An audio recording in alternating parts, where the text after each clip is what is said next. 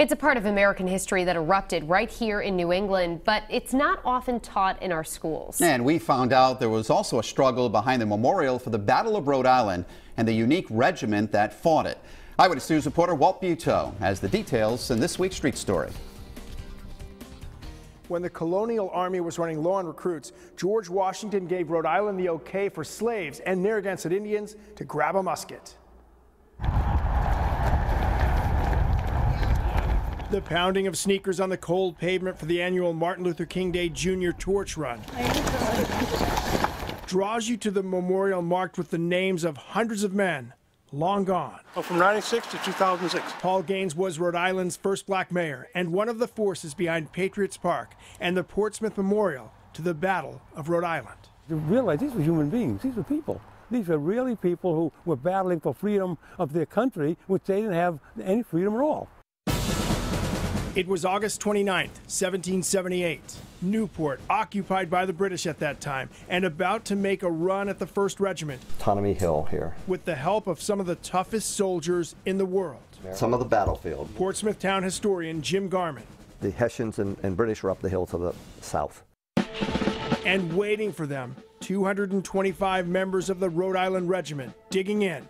140 were former slaves and Native Americans. They couldn't get through the Rhode Island Regiment. That line held was really crucial. 3 times they repulsed them. 3 charges down the hill. The Hessians, who were supposed to be the most fiercest fighters of all, could not get through. Down into the valley and up the other side. And 3 times they were repelled. The battle is credited with saving thousands of other U.S. soldiers who were behind the line that was held that day. But it would take almost 200 years before the last great Revolutionary War battleground of New England was preserved and finally marked with one lone boulder. Just a rock. Just a rock. And we thought, wow, this is beautiful. 10 years later, there was a second boulder. But the dream of an actual memorial with the names of the men who fought and died here didn't start until the 90s. No, 10 years straight. 10 years straight. Gaines tells us it took another decade to get funding for what finally rose here only 10 years ago.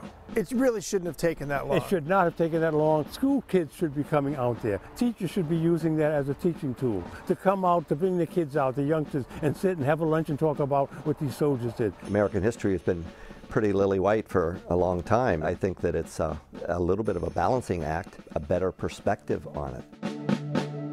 Members of the Black Regiment were promised freedom for fighting for the U.S., but for some that promise was broken, with their children freed instead of them. Walt Buteau, Eyewitness News. It's a great story, and join us for more stories like this coming up. Tune in to America's Hidden History on February 18th at noon on WPRI 12 or February 24th at 7 p.m. on Fox Providence. And see stories from New England and across the country honoring the true meaning of Black History Month.